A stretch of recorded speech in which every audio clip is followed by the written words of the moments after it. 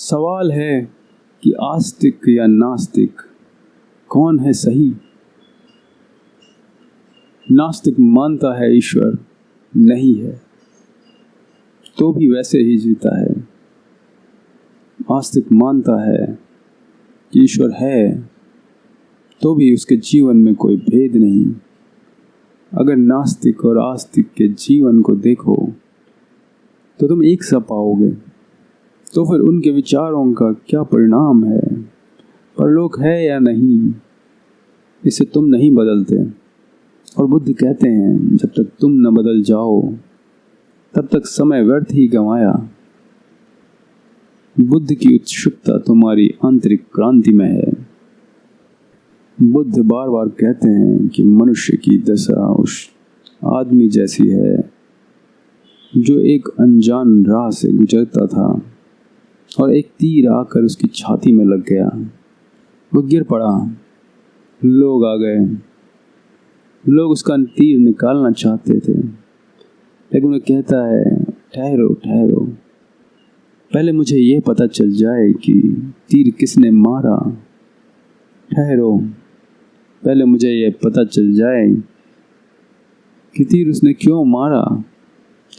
ठहरो, मुझे ये पता लग जाए कि तीर आकस्मिक रूप से लगा है ये सकारण है। ठहरो, मुझे ये पता चल जाए कि तीर विषभुजा है या विषहीन है। बुद्ध ने कहा वह आदमी दार्शनिक रहा होगा, बड़े ऊंचे सवाल उठा रहा है। लेकिन जो लोग इकट्ठे थे उन्होंने कहा ये सवाल तुम पीछे पूछ लेना, पहले तीर निकाल लेने दो, अन्यथा पूछने वाला मरने के करीब है। उत्तर भी मिल जाएगा तो हम किसे देंगे, और अभी इन प्रश्नों की कोई आत्यंतिकता नहीं। अभी तीर खींच लेने दो, तीर छाती में लगा है, खतरा है, तुम ज़्यादा देर बच न सकोगे। बुद्ध कहते हैं ऐसी ही दशा में मैं तुम्हें पाता हूँ। और तुम पूछते हो कि संसार किसने बनाया, पहले इसका पता चल जाए तब करेंगे ध्यान। क्यों बनाया, पहले इसका पता चल जाए तब बदलेंगे जीवन को। क्या कारण है परमात्मा का संसार बनाने में, क्यों यह लीला उसने रची। जब तक इसका पता न चल जाए तब तक हम मंदिर में प्रवेश न करेंगे। बुद्ध कहते हैं जीवन का तीर छाती में चुभा है, पल पल मर रहे हो, किसी भी क्षण डूब जाओगे। ये उत्तर, ये प्रश्न सब व्यर्थ हैं। अभी तो एक ही बात पूछो कि कैसे ये तीर निकल आए। इसलिए बुद्ध की बातें शायद इतनी गहरी ना मालूम पड़े जितनी कपिल और कणाद की, कांट और हीगल की, प्लेटो और अरस्तु की, लेकिन ज़्यादा यथार्थ हैं, ज़्यादा वास्तविक हैं। और गहराई का करोगे क्या अगर गहराई झूठ हो और शब्द की हो। असली सवाल यथार्थ को समझना है।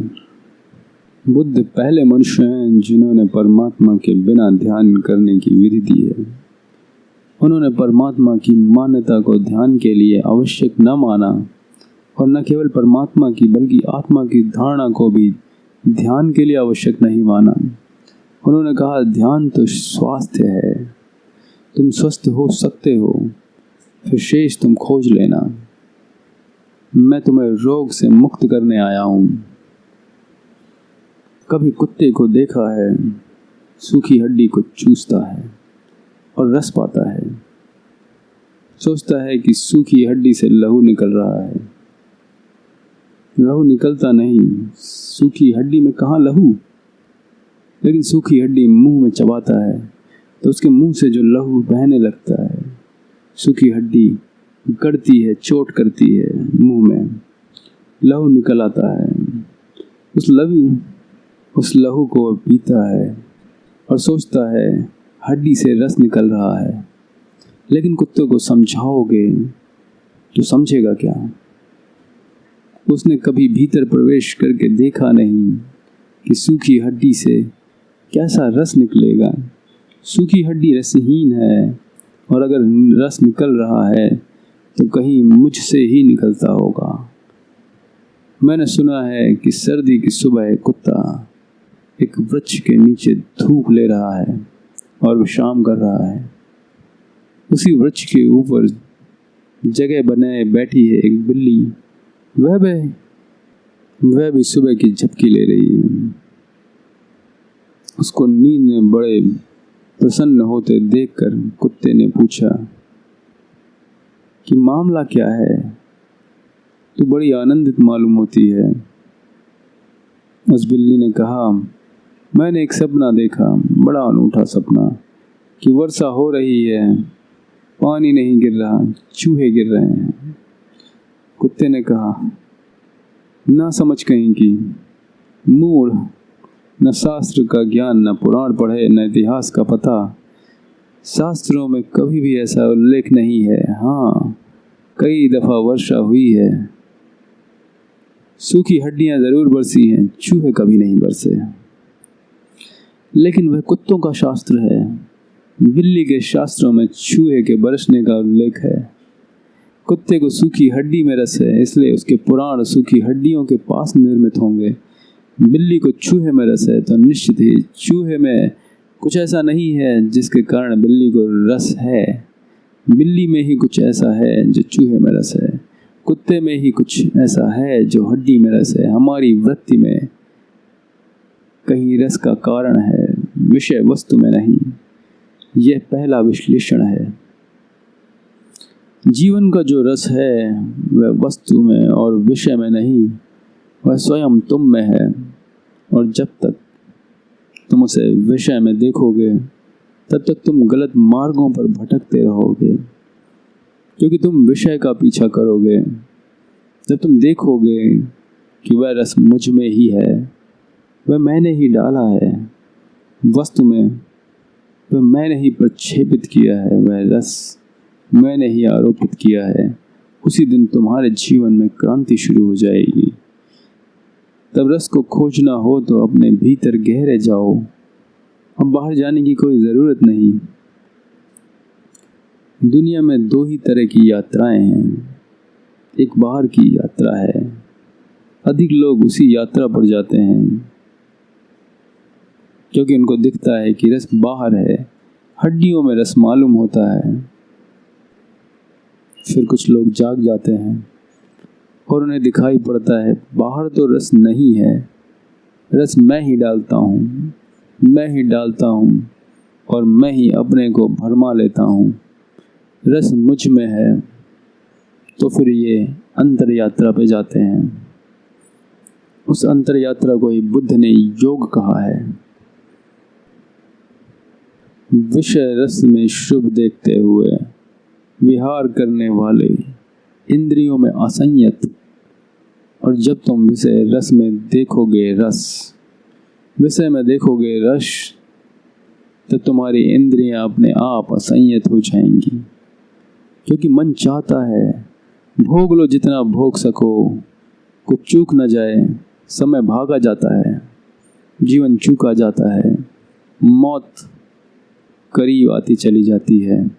कुछ छूट न जाए, कुछ ऐसा न रह जाए कि मन में पछतावा रहे कि भोग न पाए। तो भोग लो, ज़्यादा से ज़्यादा भोग लो। जब ज़्यादा की दौड़ में असंयम पैदा होता है, आँख थक जाती है, तो भी तुम रूप को देखे चले जाते हो। जीभ थक जाती है तो भी तुम भोजन किए जाते हो।